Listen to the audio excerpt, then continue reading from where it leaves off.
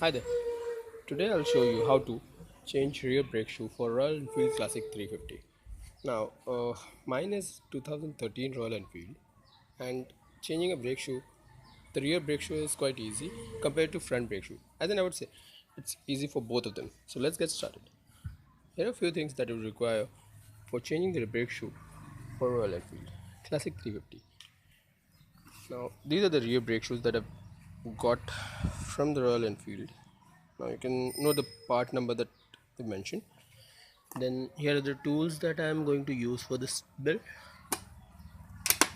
Yeah, and I don't think I would use this. Okay, okay. And there's one additional tool that I would require, which is this spanner. Now I'll mention the number of the spanner in the description below, as it is not quite visible in this video. So we'll start by unmounting the rear brake or the rear axle. I'm using this.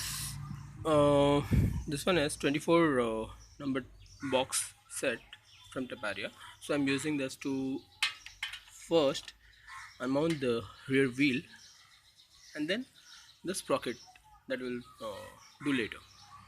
Now, as you can see, I've unmounted the nut for rear axle. Now I'll loosen up the rear brake nut, or this one, followed by this nut over here.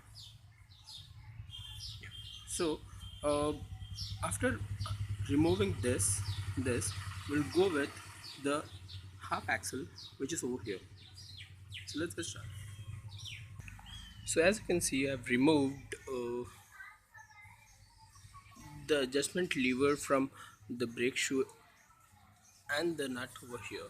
Now I'll just push in the axle from here, as in you have to just gently push it and it goes inside, and then try to say extract it from the other end.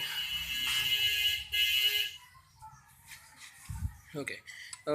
There's one thing that I missed to mention here, that you have to mark a position for where your actual previous adjustment was. So it's like, for me, I've already, like, the tire.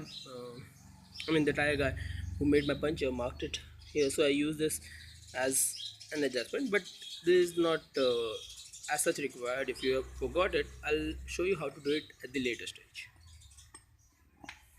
So I'll just remove and keep things aside and just unmount the rear brake or the rear wheels. Okay,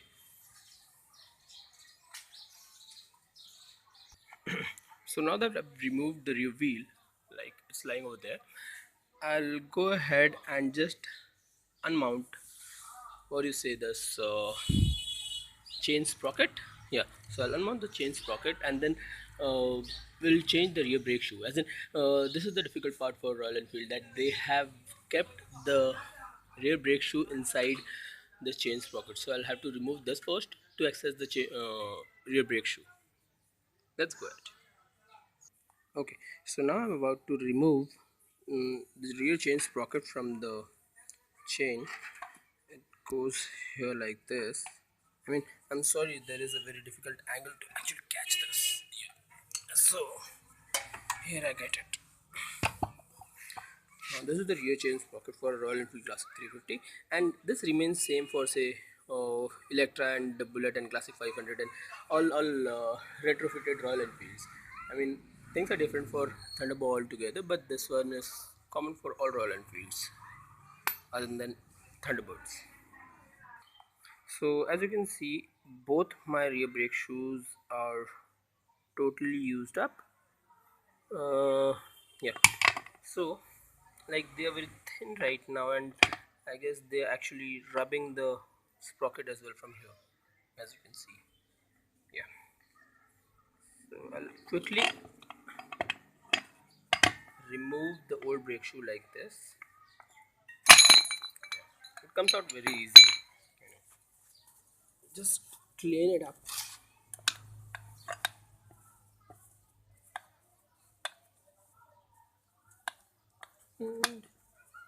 And I'll just clean it up. Yeah. Okay, so I'll just install this new brake shoe that I've got. part 1 and this is part 2. So they've started supplying this springs along with the brake shoe now and then, so we'll just use them and get rid of the old ones. So it's very easy to actually install with the brake shoes. Just have to suspend both the brake shoes at first like this, and I don't have an assistant, so nobody would actually hold this camera for me, so pardon me for that. Yeah,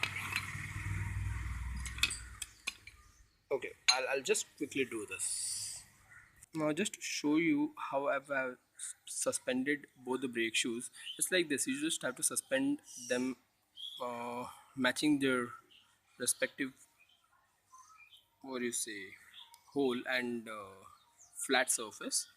So you have to suspend it like this and then mount it in this way. Yeah, so I'll just mount you and mount it and show you to you how to actually go with this. Okay, so as you can see, I've just fixed the new brake shoes and we'll straight ahead go with the mounting of this brake shoe inside the rear axle. Okay, so it fits snug and easy. As you can see, I'll just put them back as I had actually removed them, so I'll just go ahead and fix them back.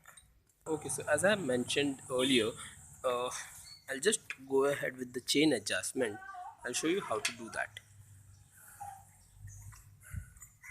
Now this is the adjuster. You have one both the sides, so I'll just go ahead and mount this one inside this. Okay, so I'll just show you how to do this. You pull this rear axle behind and check if the chain adjuster is snug and not moving any further behind. Okay, so I can see this, that this one is snug here and does not move from this position. So I'll mark this position as the optimal position for the chain, and this is the required amount of play that you need in the chain, and this one is enough. So I'll just go ahead and tighten up the thing. So we are pretty much done here now. I've just applied some chain loop so that I can clean the chain next time. And yeah, now the brakes are fixed and I'll go on with fixing my rear tires as well.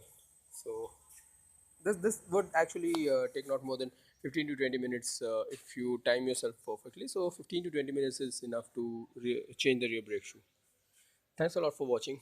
If you like this video, do share, subscribe my channel, and if you want anything else other than this, or if you want anything in detail about this video, you can just comment in the description below. Okay, thanks, bye bye.